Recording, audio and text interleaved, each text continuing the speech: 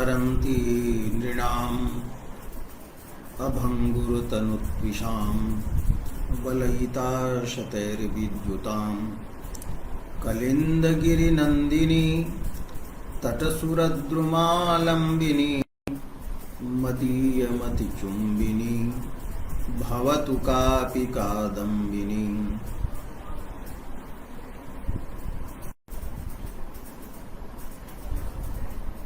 रसगंगाधरे उत्तमोत्तम काव्यम विचार्यते। अस्य काव्यस्य लक्षणं पूर्वमेव प्रतिपादितम्।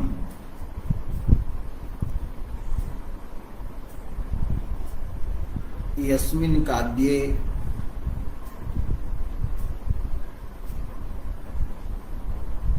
शब्दः अर्थश्च गुणीभावितः भवतः एतादृशौ गुणीभावितात्मानौ शब्दार्थौ यत्र चमत्कारिणं प्रधानम् अर्थं व्यंजनया प्रतिपादयतः तत्काव्यम् उत्तमोत्तमं कथ्यते। अस्यैव काव्यस्य प्राचां मते ध्वनिसंज्ञा अस्ति। अस्य उत्तमोत्तम काव्यस्य उदाहरणं प्रथमं शयिता सविधेप्यनीश्वरा इत्यादि पद्यं दत्तम्। तत्र गतसप्ताहे व्यचारी विचारः कृतः यत् रतिः एव प्रधानरूपेण तत्र व्यङ्ग्या अस्ति। नायिकायां त्रपा अपि व्यज्यते एवं च तादृशी चुम्बनेच्छा अपि व्यज्यते, किन्तु चुम्बनेच्छायाः त्रपायाश्च व्यङ्ग्यत्वेपि प्राधान्यं नास्ति। रतिरूपस्य व्यङ्ग्यस्य प्रधानता वर्तते। पुनः रसगंगाधरकारः उत्तमोत्तम काव्यस्य द्वितीयम् उदाहरणं ददाति। तद्वितीयम् उदाहरणं वर्तते गुरुमध्यगता मया नतांगी निहता नीरजकोरकेन मन्दम् दरकुण्डलताण्डवं नतभ्रुलतिकं मामवलोक्य घूर्णितासीत्। अत्र आसीत् इति क्रियापदं वर्तते। तो आसीत् अभवत् का वर्तते सा तर्हि नतांगी अर्थात काचन नायिका वर्तते। अत्र कश्चित् नायकः स्वनायिका वृत्तान्तं कंचित मित्रं प्रति कथयति। हे मित्र शृणु, मदीया या प्रियतमा वर्तते, सा प्रियतमा नायिका आसीत् अभवत जाता। कीदृशी सा आसीत्? तो गुरु मध्य गता। गुरवः श्वश्रु प्रभृतयः आसन्, तर्हि श्वश्रु प्रभृतीनां गुरुजनानां मध्ये सा स्थिता आसीत्। तो गुरु मध्य गता। अहं तदानीम् उपस्थितः। तदा सा नायिका कीदृशी अभवत्? नतांगी। नतानि नम्राणि अंगानि यस्याः सा नतांगी। मुखादीनि अंगानि यस्याः नतानि जातानि नम्राणि जातानि। अंगानां नम्रतायाः कारणं लज्जा वर्तते। यतोहि गुरवः तत्र उपविष्टाः सन्ति, तत्रैव नायिका वर्तते। तदानीं नायकः अपि उपस्थितः। नायिका नायकं दृष्टवती। अतः सा स्वकीयं मुखं नम्रं कृतवती। अंगानां नमनेन प्रतीयते यत् सा लज्जिता जाता। लज्जायाः कारणं तत्र गुरुजन सामीप्यं प्रियतम सामीप्यं च।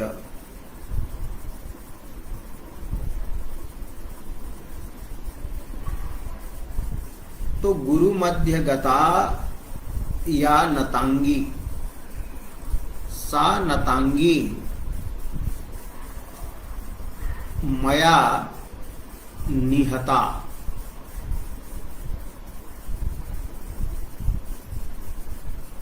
मया निःशेषेण हता। केन? नीरजकोरकेण। मम नायकस्य करे नीरजस्य कमलस्य कोरकम् आसीत्, कलिका आसीत्। सा कमलस्य कलिका मया नायिकायाः उपरि प्रक्षिप्ता। तेन नीरजकोरकेन सा निःशेषेण आहता, पीडाम् अनुभूतवती। निःनने निःशेषतायाः प्रतिपादनेन नायिकायां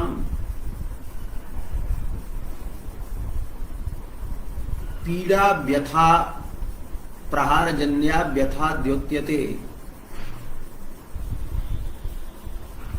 पुनः नायकः कथयति यद्यपि सा मंदम निहता, नीरज कोरके नीरज कोरकम मया तथा प्रक्षिप्तम।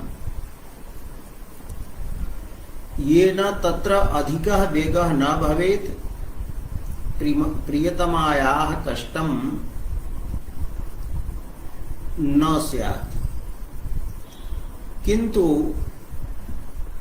प्रियतमा एतादृशी कोमलांगी वर्तते यत् मंदं प्रक्षिप्तेनापि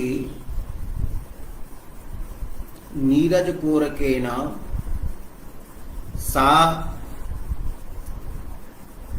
निःशेषं हता अधिकम आहता जाता। तदा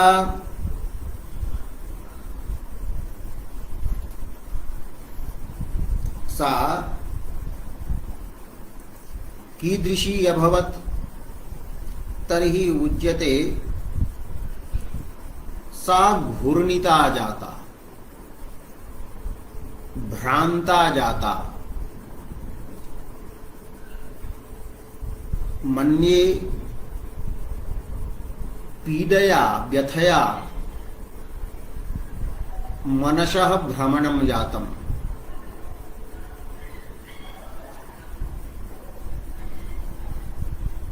तेन सा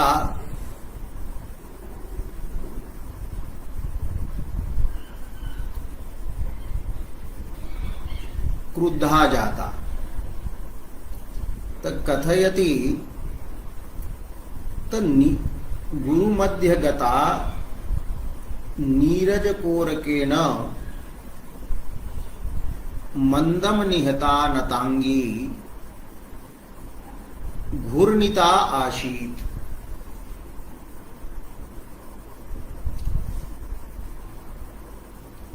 किं कृत्वा माम अवलोक्य कि अहमेव प्रक्षिप्तवान्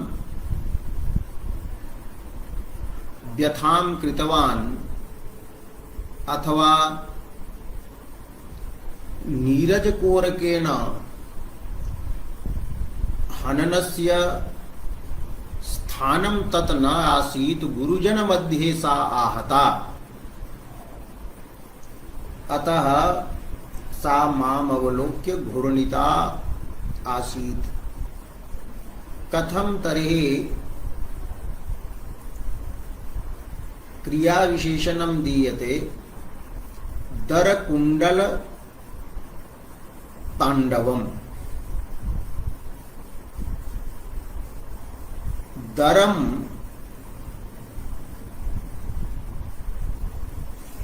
ईशत कुंडलयोः कर्णाभूषण विशेषयोः तांडवम नृत्यम यस्मिन् वर्तते तत्तथा सा आसीत जाता। अर्थात स्वकीययोः कुंडलयोः तांडवं सहकारितवती चालितवती कुंडलौ चालितवती ईशत्। ईशत्वेन ज्ञाप्यते यत् शश्रु प्रभृतयः न जानीयुः। अतः कुंडल तांडवे दरत्वम ईशत्वम प्रतिपादितम्। पुनश्च नतभ्रूलतिकम् नता वर्तते भ्रूलतिका लता सदृशी भ्रूः यस्मिन् तत् यथा स्यात् तथा सा घूर्णिता आसीत्। एवं अत्र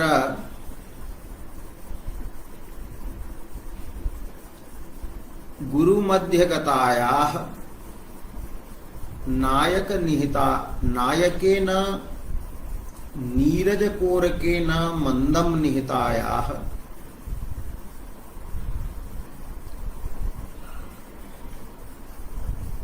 नायिकायाः नायकावलोकनपूर्वकं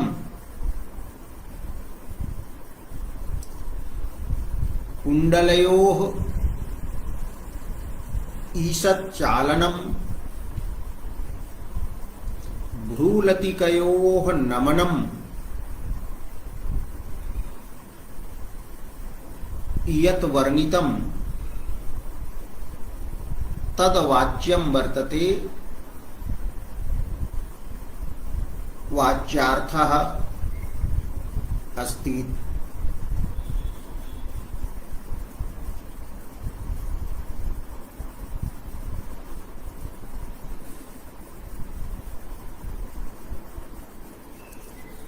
अत्र व्यङ्ग्यः अर्थः अस्ति अमर्षः। अमर्ष नामकः एकः व्यभिचारी भावो वर्तते, यः कोपः इत्यपि वक्तुं शक्यते, क्रोधः इत्यपि वक्तुं शक्यते, किन्तु साहित्यशास्त्रे अमर्षस्य क्रोधात् भेदः अस्ति। क्रोधः रौद्ररसस्य स्थायी भावो वर्तते, अमर्षः व्यभिचारी भावः अस्ति। अनयोः भेदस्य कारणभेदः वर्तते। स्वल्पापराधेन जायमाना या चित्तवृत्तिः वर्तते सा अमर्षः उच्यते, किन्तु महापराधेन जायमाना तीक्ष्णताख्या चित्तवृत्तिः क्रोधः उच्यते। यथा गुरोः वधेन पितुः वधेन यदि कस्मिंश्चित् काचित् चित्तवृत्तिः वीरे जायते, सा चित्तवृत्ति क्रोधः अस्ति, यतो हि गुरुवधः महापराधः वर्तते।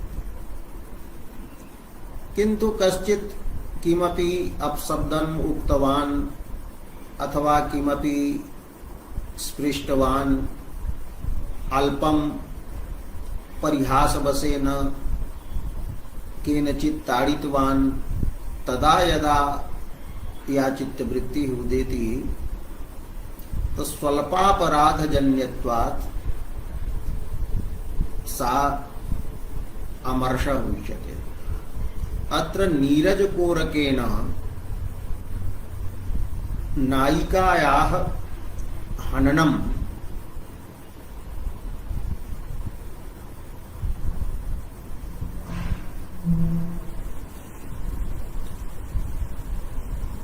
महापराधः नास्ति, अतः अनेन अमर्ष नामकः भावः प्रधान रूपेण व्यज्यते। किन्तु अत्र पंडितराजः अन्यम् अपि वस्तु रूपं व्यंग्यं प्रतिपादयति। अत्र उक्तं नायिका घूर्णिता आसीत्, तो घूर्णनम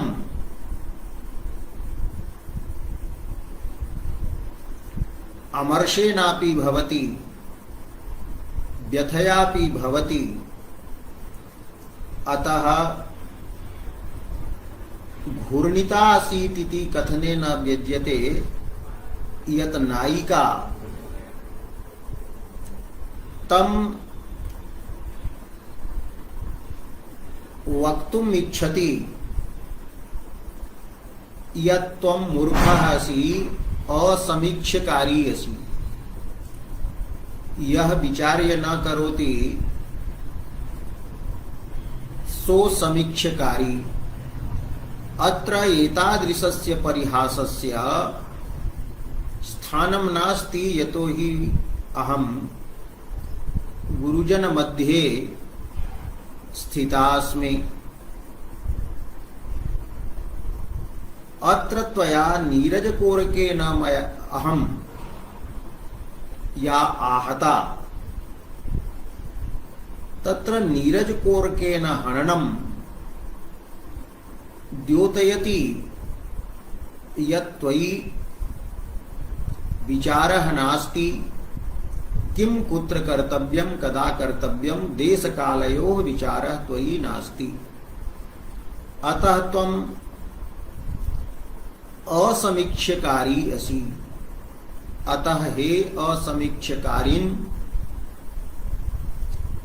त्वं गुरुजन मध्ये इदं नीरजकोरकेन मम हनन रूपम अनुचितं कर्म किं कृतवान् इति अर्थः अत्र वस्तुरूपः अर्थः प्रतीयते। तेन संबलितः पोषितः तेनापि अभिव्यञ्जितः अत्र अमर्षः प्रधान रूपेण प्रतीयते। यद्यपि अत्र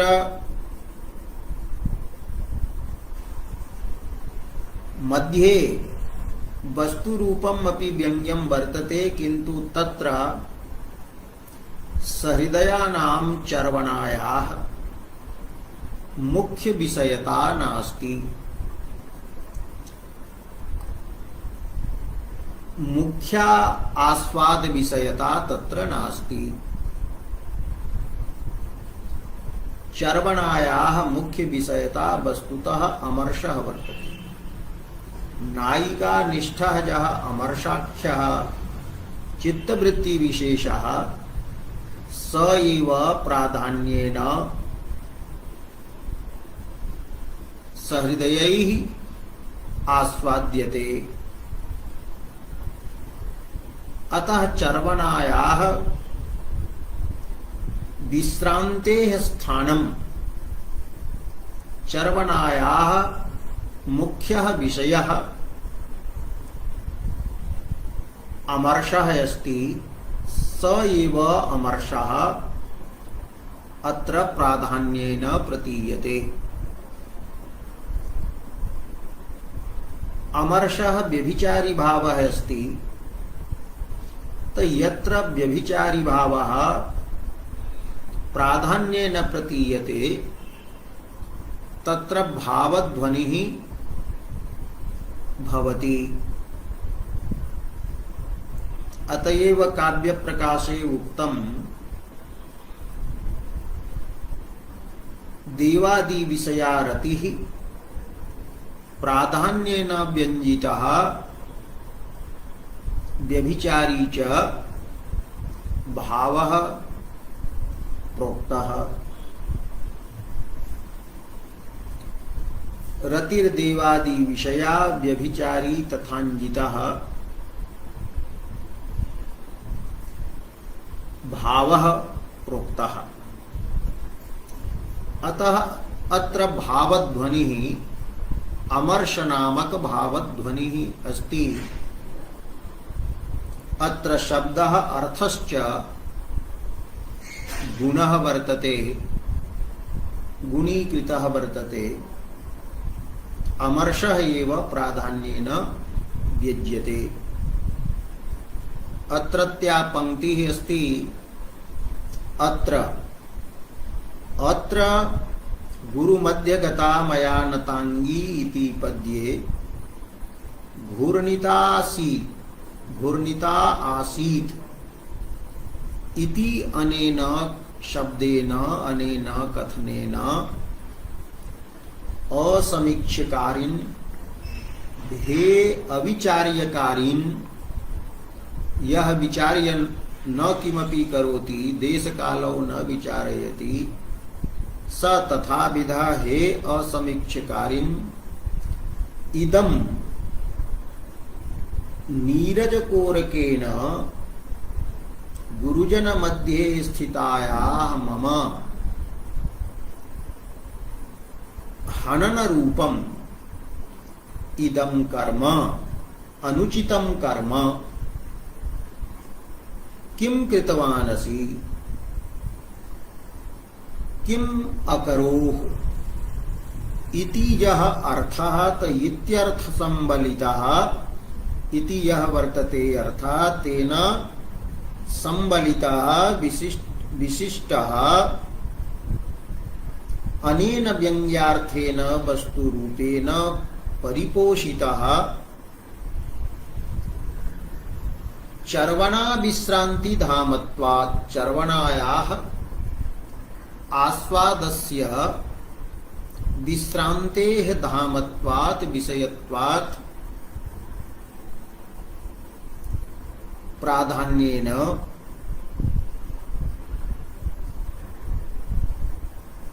व्यज्यते। एवं उत्तमोत्तम काव्यस्य द्वितीयम् उदाहरणम् एतत् अस्ति। अग्रे उच्यते तत्र शब्दः यः वाक्यरूपः वर्तते, अर्थश्च यः वाक्यार्थरूपः स गुणः वर्तते।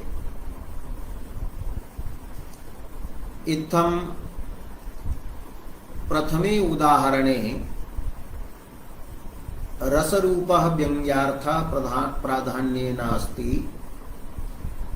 द्वितीये उदाहरणे अमरसरूपः भावः प्राधान्येन व्यङ्ग्यार्थः अस्ति। शब्दार्थयोः गुणत्वम् उभयत्र समानं वर्तते। पुनः उदाहरणं दीयते, तद् अस्ति तल्पगतापि च सुतनुः श्वासा संगम नया सेहे संप्रतिशा हृदयगतं प्रियपाणिं मंदमाक्षिपति। अत्र पूर्वं केवलः वाक्यार्थः विचार्यते, तर्हि अस्ति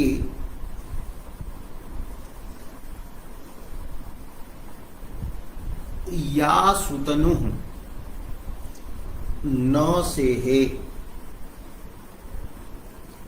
काचन नायिका वर्तते, सा नायिका सुतनुः अस्ति, सुंदरी वर्तते, शोभना तनुः शरीरम यस्याः सा, या सुतनुः न सेहे न सोढवती, शः मर्शने सहते इति रूपं भवति, सेहे इति लिट् लकारे रूपं वर्तते। आत्मने पदम् अस्ति, तस्सेहे सहनं कृतवती, न सेहे न सहनं कृतवती, का तसुतनुः। कीदृशी सुतनुः? तत्तल्पगता। तल्प शब्दस्य अर्थः शयनं, पर्यङ्कः, तत्तल्पं गतायपि। स्वप्रियतमस्य तल्पं गता, पर्यङ्कं प्राप्तापि, पर्यङ्के स्थितापि, या सुतनुः न सोढवती किम न सोढवती श्वासासंगम प्रियतमस्य यह वर्तते श्वासः श्वासबातः तस्य आसंगम ईषदपि संपर्कम न सेहे सोढवती। ऐसा एतादृशी नायिका वर्तते या प्रियतमस्य पर्यंके स्थिता अस्ति किंतु प्रियतमस्य श्वासस्यापि संपर्कम सा न सहते स्म। आसंगम संगः संपर्कः संबंधः आंग इति वर्तते ईषदर्थे। आंग इति ङित आकारः यः अस्ति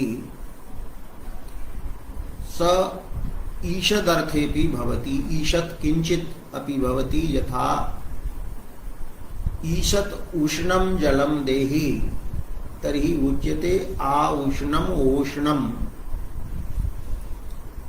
जलं देहि इति। तथैव अत्र आंग ईषदर्थे वर्तते तर्हि तात्पर्यं भवति एतादृशी इयं सुतनुः नायिका समधिक लज्जावती वर्तते मुग्धा वर्तते। तो समधिक लज्जावती अस्ति या तल्पे स्थिता तु भवति किंतु प्रियतमस्य श्वासस्यापि संपर्कम ईषदपि संपर्कम न सहते। श्वासस्य ईषत् संपर्केणापि सा लज्जिता भीता वा भवति। तल्पगतापि च सुतनुः या सुतनुः श्वासासंगम न सेहे सा एव सुतनुः। एकः कालः आयातः सम्प्रति सा एव सुतनुः सम्प्रति यस्मिन् समये हृदयगतं प्रियपानिं मन्दम् आक्षिपति। किन्तु एतादृशः स कालः आगतः यस्मिन् काले सा सुतनुः किं करोति। प्रियतमः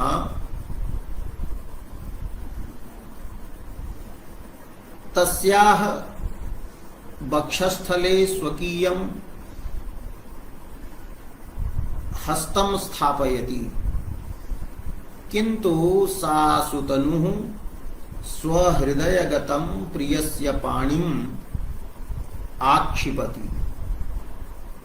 यत्र पूर्वं प्रियतमस्य हस्तः आसीत् तत्रैव स्वहस्तात् तस्य हस्तं स्थापयति। मन्दम् आक्षिपति। पूर्वं तु श्वास संपर्कम् अपि न सा सोढवती।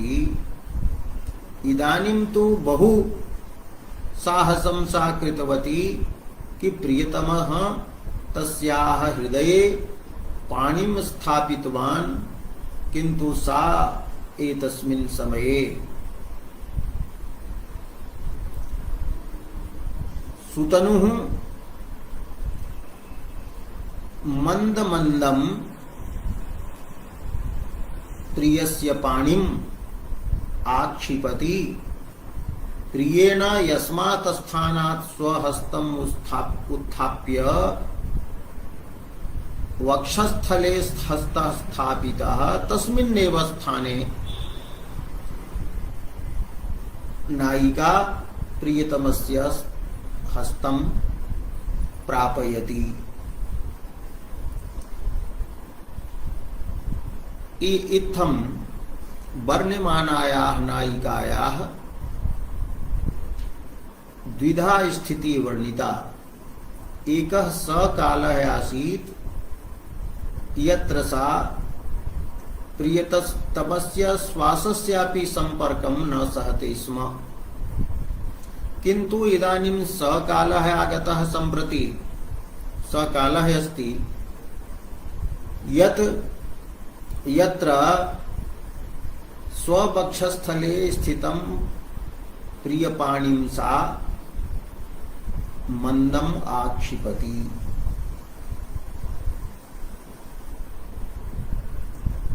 अत्र सम्प्रति शब्दः प्रयुक्तः। तर्हि कस्मिन् काले इति यत्र जिज्ञासा भवति कि कदा सा श्वासस्य संपर्कं न सेहे, कदा सा प्रिय हृदयगतं प्रियपाणिं दूरम् आक्षिपति इति जिज्ञासा भवति। कः प्रसंगः? तत् प्रसंगः यत्र न ज्ञायते। अतः पूर्वं प्रसंगः प्रकरणं यदस्ति तत् निरूप्यते रसगंगाधरे। पंक्ति वर्तते इदं च पद्यं मन्निर्मित प्रबंधगतत्वेन पूर्वशाकांक्षम् इति दिङ्मात्रेण व्याख्यायते। इदं यत् पद्यं वर्तते तत् मन्निर्मित प्रबंधगतत्वेन मया पंडितराजेन निर्मितः यः वर्तते एकः प्रबन्धः। अत्र प्रबन्ध शब्देन भामिनी विलास नामकः ग्रन्थः विवक्षितः अस्ति। पंडितराजः वदति यत् इदं पद्यं मम भामिनी विलास नामके प्रबंधे वर्तते, ग्रंथे वर्तते। अतः एतत् पद्यं पूर्वपद्येन साकांक्षम् अस्ति। कि पूर्वं या वर्ण्यमाना नायिका वर्तते सा अस्ति नवोढ़ा। नवोढ़ायाः प्रकरणं वर्तते। नवा ऊढ़ाया वर्तते नवविवाहिता, तस्याः प्रकरणम् अस्ति। तर्हि इदं च पद्यं मन्निर्मित प्रबन्धगतत्वेन पूर्व साकांक्षम्, पूर्वेण नवोढ़ा प्रकरणेन साकांक्षं वर्तते। अतः उच्यते दिङ्मात्रेण संक्षेपतः यत्र व्याख्यायते, व्याख्या क्रियते।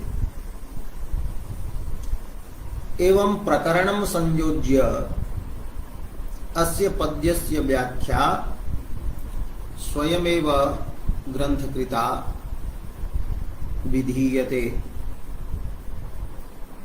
तया नववधूः, तो या इति पदम यत् पद्ये वर्तते तस्य अर्थ लिख्यते नववधूः। या इति नववधूं परामृशति। तल्पगता इत्यस्य व्याख्यानं वर्तते पल्यंक शयिता। तल्प शब्दस्य अर्थः पर्यङ्कः, पर्यङ्कः। पर्यङ्कः पल्यङ्कः इति एक एव पलंग इति भाषायाम् अर्थः भवति। परि इति यः वर्तते तस्य यः रेफः तस्य लकारः भवति। यदा अंक शब्दः अग्रे भवति तो विकल्पेन लकारः। परेश्च घाङ्कयोः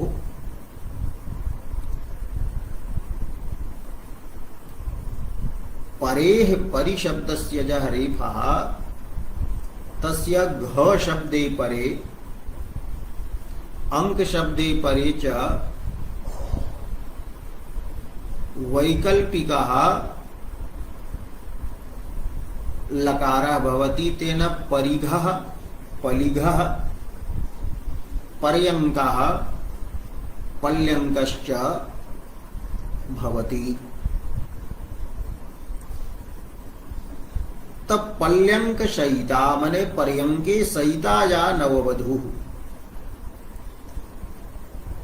श्वासस्य आसंग मात्रेणापि श्वासस्य ईषत् संबंध मात्रेणापि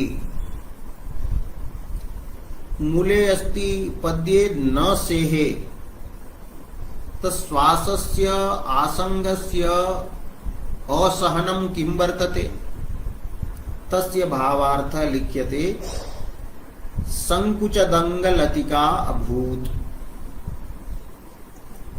नायिकायाः अंगानि श्वास मात्रस्य ईषत् संबंधेन संकुचितानि भवन्ति स्म।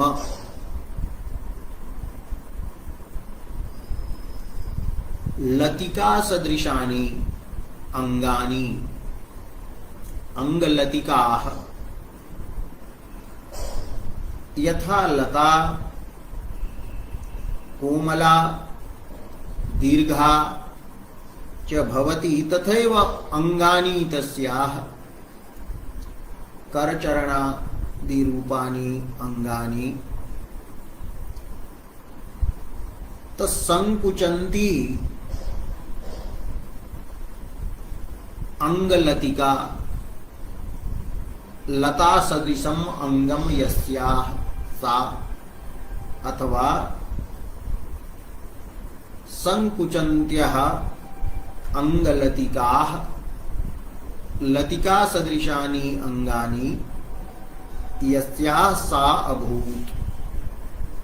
प्रियतमस्य श्वासस्य आसंग मात्रेण तस्याः सर्वाणि अंगानि संकुचन्ति स्म अर्थात स्वांगानि सा संकोचयति स्म लज्जिता भवति स्म। सा एव संप्रति अस्मिन् समये तो संप्रति इति पदेन बोध्यः यः कालः अस्ति स कालः वर्तते कि नवोढा इदानीं ज्ञातवती यत् अयं प्रवासं करिष्यति श्वः मां विहाय अयं गमिष्यति।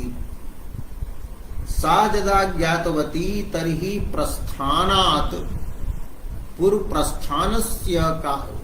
प्रस्थानात् पूर्वरजनी या वर्तते तस्यां रजन्यां तस्यां रात्रौ सा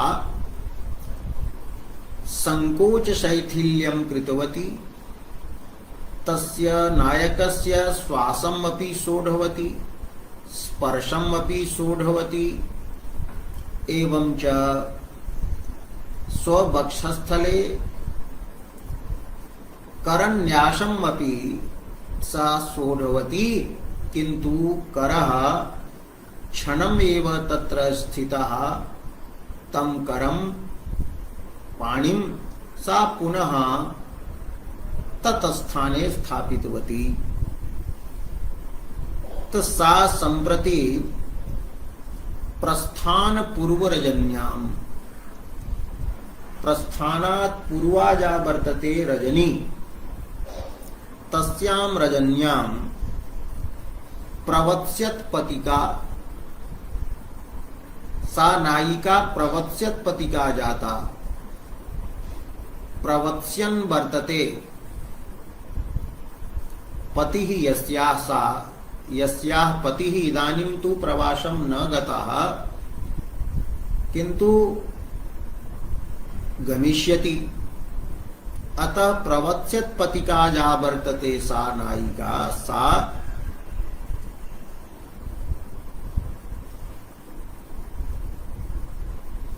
प्रियेण समर्पितम पाणिम प्रियः अपि विचारितवान् यत् अहं तु श्वः गमिष्यामि एतावत्यः रजन्यः गताः रात्र्यः गताः मम श्वास संपर्कम अपि एषा न सोढवती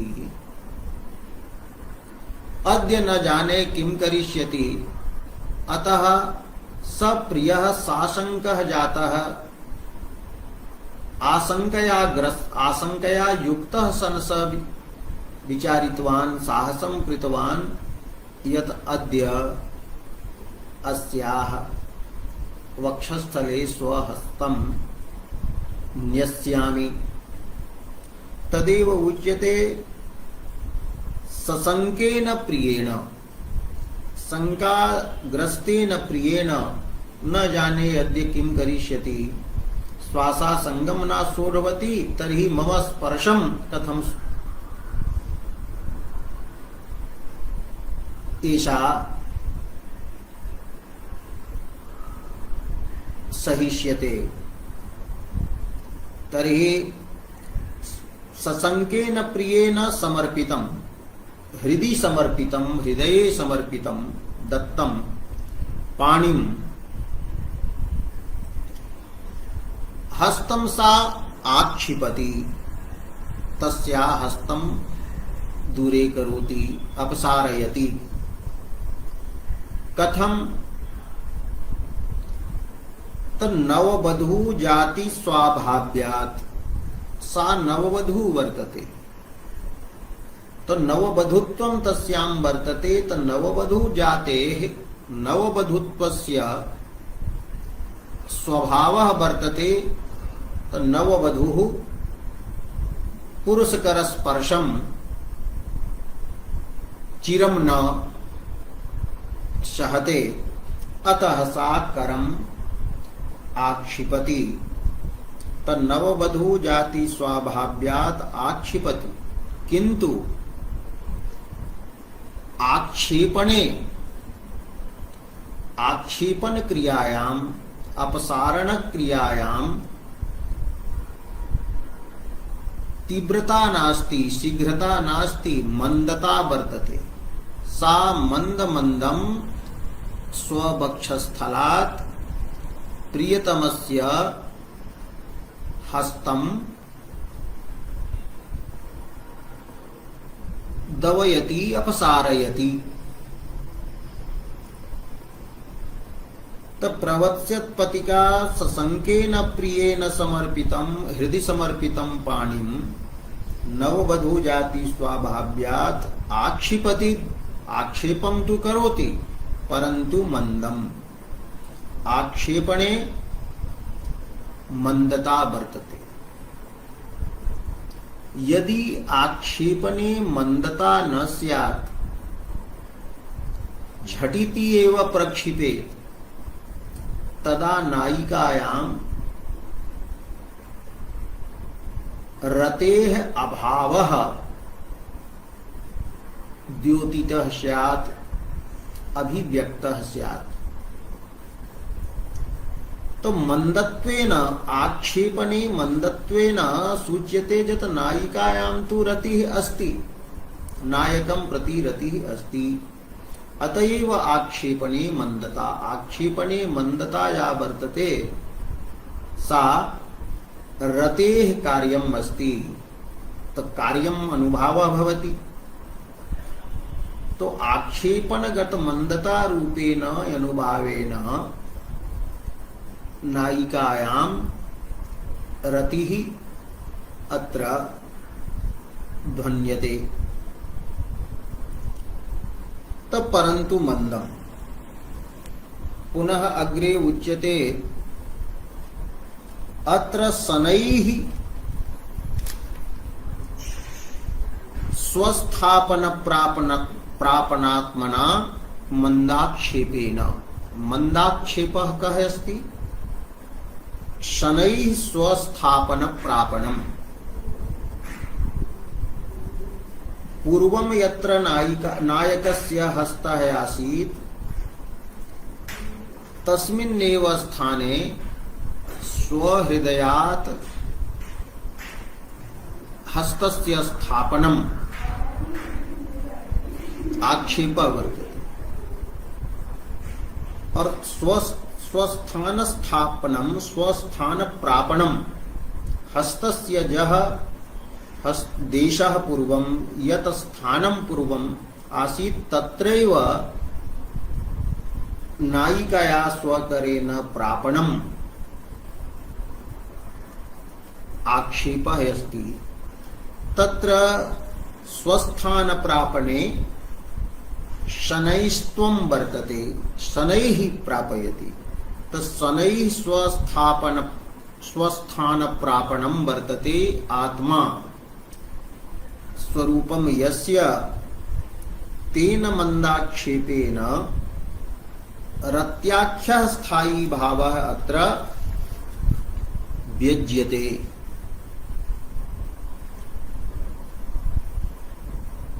किंतु अत्र रत्याख्यः स्थायी भावः संलक्ष्य क्रमतया व्यज्यते। नायिकायां रतिः अस्ति इति तो व्यञ्जनया प्रतीयते, किंतु विलंबतया प्रतीयते। यावत् प्रकरणं न ज्ञायते तावत् संप्रति पदार्थः यः वाच्यः वर्तते स संप्रति पदार्थः अत्र वर्तते प्रस्थान पूर्व रजनी। एवं या इति शब्दस्य अर्थः वर्तते नववधूः। तो नव या इत्यनेन नववधूरूपः वाच्यार्थः एवं च प्रस्थान पूर्व रजनी रूपः अर्थः यावत् न ज्ञायते व्यंजकः अयम् अर्थः तावत् रतेः व्यञ्जना यत्र न भवति। अत्र प्रकरणादि पर्यालोचनेन व्यंजक वाच्यार्थ ज्ञाने विलंबः भवति। तस्मात् रतिः प्रतीतिः मंथरा भवति। रतिः प्रतीतौ मंदता भवति, विलंबः भवति। एवं प्रकरणादि ज्ञान कारणात् विलंबात् अत्र या रतिः वर्तते सा संलक्ष्य क्रमतया व्यज्यते। तदेव उच्यते अत्र शनैः स्वस्थापन प्रापणात्मना मंदाक्षेपेन रत्याख्यः रतिः वर्तते आख्या नाम यस्य सस्थायी भावः संलक्ष्य क्रमतया व्यज्यते। संलक्ष्य वर्तते क्रमः वाच्य व्यंग्य प्रतीत्योः क्रमः यत्र संलक्षक क्रमः। तो संलक्षक क्रमः यत्र रत्याख्या भावः तो संलक्षक क्रमस्य भावः संलक्षक क्रमता तया व्यज्यते। एवं रत्यादि रूपः भावः यः रसः वर्तते सोत्र संलक्षक क्रमः अस्ति। अत्र पुनः प्रश्नः उदेति मम्मटादिभिः रसस्य अलक्षक क्रमता एव प्रतिपादिता वर्तते। तर्हि अत्र श्रृंगारस्य रतिरूपस्य भावस्य संलक्षक क्रमत्वं यत् प्रतिपादितं तत्तु पूर्वतन तत्तु प्राक्तन मम्मटादि मत विरुद्धम अस्ति।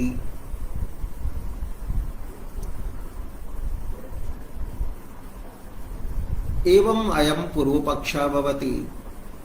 तस्य उत्तरं दीयते कि रत्यादयः अपि संलक्ष्यक्रमाः भवन्ति इति अहम् अस्य एव आननस्य अन्ते विचारयिष्यामि।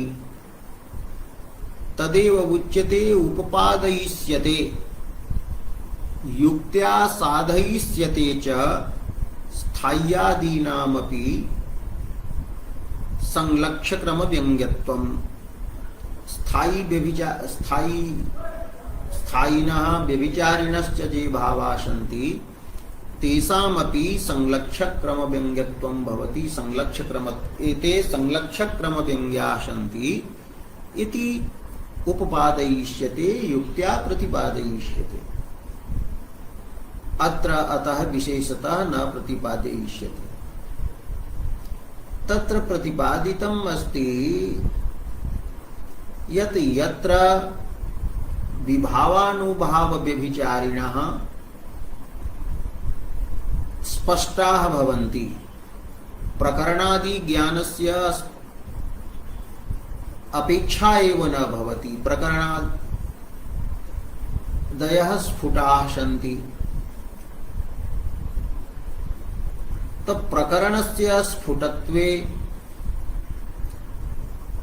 विभावादयः यदा प्रतीयन्ते और पुनः झटिति रतिः प्रतीयते तदा तत्र रत्यादि भावस्य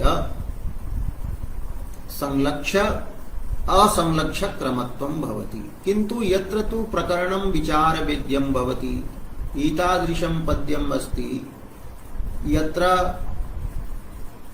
विचारेण प्रकरणं वेद्यं भवति। यथा यत्रैव सम्प्रति सा हृदयगतं प्रियपाणिं मन्दमाक्षिपति, तो सम्प्रति तो अस्मिन् काले कस्मिन् काले और स कालः कः यत्र श्वासासंगम न सा सहते स्म। अतः प्रसंग ज्ञानाय प्रबन्धः तत्र अन्वेषणीयः भवति। इत्थं रत्यादि भाव व्यंजक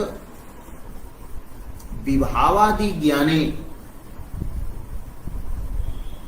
यदा विलम्बः भवति तदा तत्र